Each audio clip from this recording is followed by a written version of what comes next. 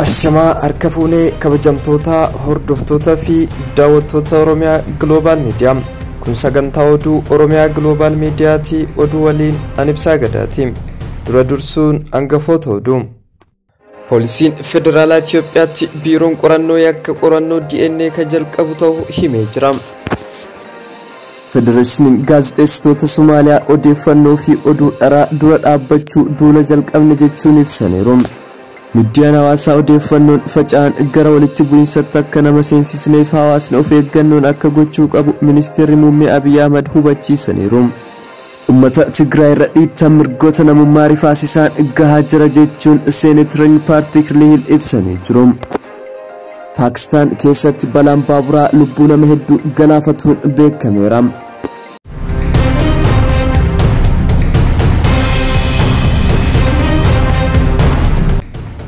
Kabajamtoota hordoftoota fi daawwattoota Oromiyaa Global Media channel keenya subscribe gochuun odeeffannoo waayitaawwan akka isin bira ga'u gochuu dandeettu. Amma oduu bal'inaan. Poolisiin Federaalaa Itoophiyaan biiroo dhimma qorannoo yakka biyyaatitti qorannoo DNA ka jalqabuuf jirtu ta'uu beeksiseera. Qabiinsi shakkamtoota irratti sarbamiinsi mirga namoomaa akka hin raawwatamne eega waggaa 3 as fooyya'insa adda addaa taasifamaa kan jiru ta'uu himaniiru. Komishinariin Muummee Komishinii Poolisii Federaalaa Damballaash Gabra Mikaa'el waajjirichi dhimma qorannoo yakka hojimaata eegumsa mirgawwan namoomaa guutummaa biyyattii keessatti jiru oolchuuf hojjechaa jira jechuun ibsee jira. Waajjirichi qorannoo teeknooloojiin deeggarame kan geggeessaa jirus ta'uu dubbataniiru. Federeeshiniin gaazexeessitoota Somaaliyaa odeeffannoo sobaa oduu dharaa hawaasa jibbiinsa fi olola biyyattii keessatti deemaa jiru dura dhaabbachuuf duula jalqabee jira. Federeeshinichi akka jedhutti filannoon Somaaliyaa xumura baatii adoolessaa dura geggeessama jedhamee ennaa eeggamaa jiru kanatti duulli odeeffannoo dogongoraa ta'an faca'uu dabalee jira jechuun ibsaniiru. Miidiyaan hawaasaan odeeffannoon faca'an gara walitti bu'iinsaatti akka nama hin seensisne hawaasni of eeggannoo akka gochuu qabu. Muummichi Ministeera Abiy Ahmed hubachiisaniiru. Dr. Abiy guyyaa lammaffaa bulchiinsa naannoo Amaaraa keessa yeroo turanitti ijaarsi isaa eega jalqabame waggaa 8 kan darbe warshaa sukkaara xaanaa balasii fi pirojektoota gurguddoo eebbisanii jiru. Kaleessa kan bulchiinsa naannoo Amaaraa keessatti geggeeffame kana dabalatee naannolee biyyattii adda addaa keessatti haala itti fufiinsa qabuun hojii eebbisuu kan geggeeffamu qaama duula filannootiif jechuun kanneen qeeqan jiran jechuun himameera. Dubbii himaan mootummaa bulchiinsa naannoo Amaaraa garuu qeeqni kun soba jechuun ibsee jira.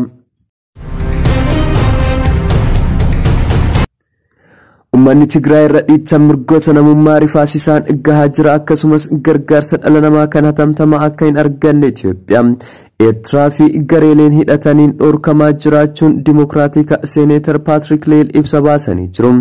Ibsa baasan kanaan Yuunaayitid Isteetii fi kanneen biroo yaaliin dippiloomaasummaa guddaa ta'us kanneen walitti bu'iinsa Tigraay keessa harka qaban diinummaan wal ilaaluun akka hafuuf yookiin furmaata karaa nagaan argamsiisuuf tarkaanfiin hiika qabu akka fudhatamu gaafataniiru. Tigraay keessatti ajjeechaa humnaan godaansisuu hokkara saalaa fi dhiittaa mirga namoomaa kanneen biroon akkasumas madda bishaanii hospitaalotaa fi iddoo wal'aansi fayyaa itti kennamu adda addaa barbadeessuun mootummaan Yuunaayitid Isteet balaaleffatee jira. Dhugaan hamma har'aa jiru jedhan beela dhala namaa irratti yakka hojjechuu fi duguuggaa sanyii Tigraay keessatti geggeeffamaa jira. Kunis kan ta'uuf sababa tokkoof jecha innis aangoo Finfinnee fi Asmaraa gidduutti gocha seeran alaan geggeeffamudha jedhaniiru. Haalli Tigraay keessaa kan Daarfuur caalaa hamaa ta'uu mala gabaasni jedhu jira jechuun Seenetarichi ibsaniiru. Kanaaf jecha miidhaan qaqqabu akka dhaabbatu nyaataa fi gargaarsa dhala namaa akka hin seenne ittisuun akka dhaabbatu walitti bu'iinsi jiru karaa nagaan dubbatanii furuu akkasumas siviilota yookiin namoota nagaa kanneen miidhaan irra ga'eef murtii haqaa akka argatan gochuuf sagalee gaafattutti kan koos dabalamuu isaa beeksisa jechuun Seeneetar Paatrik Leel ibsaniiru.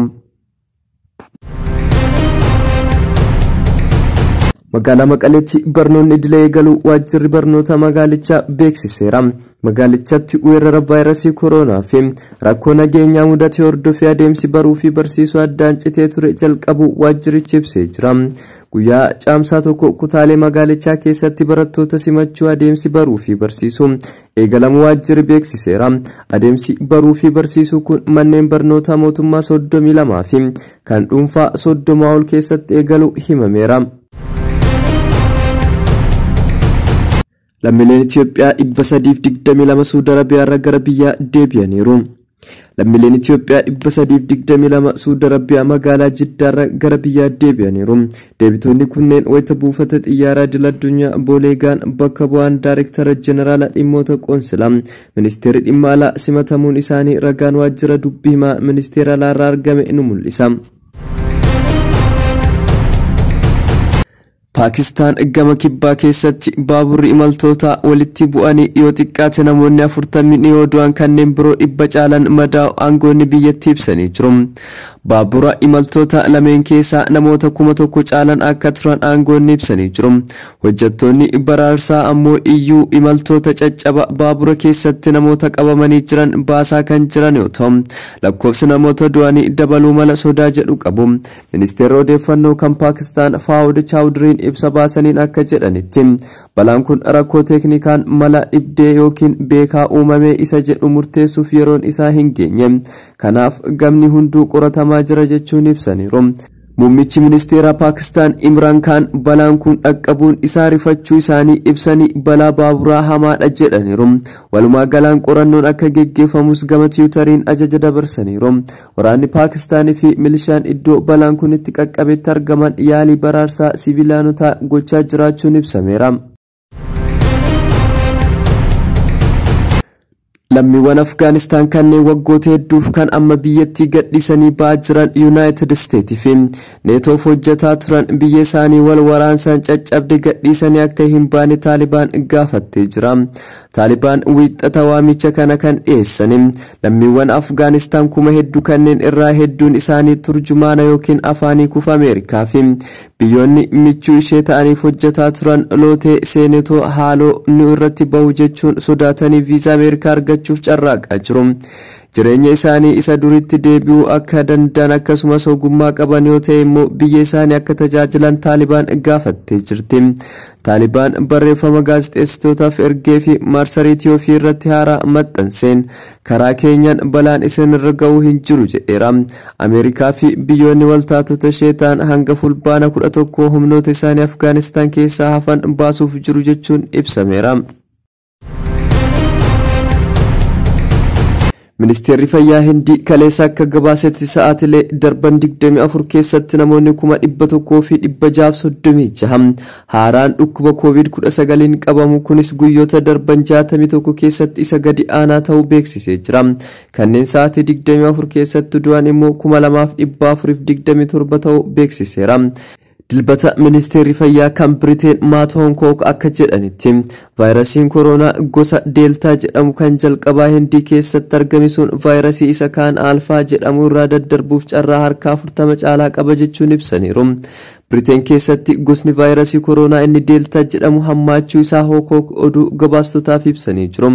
Kanaaf kanneen Biriteen keessa talaalamuu akka qabanis hubachiisuun cimsanii dabarsaniiru.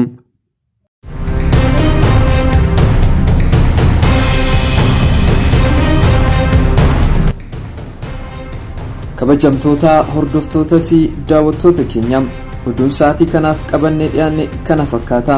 Sagantaa Oromiyaa Global Media Afaan wajjin turtii gaarii.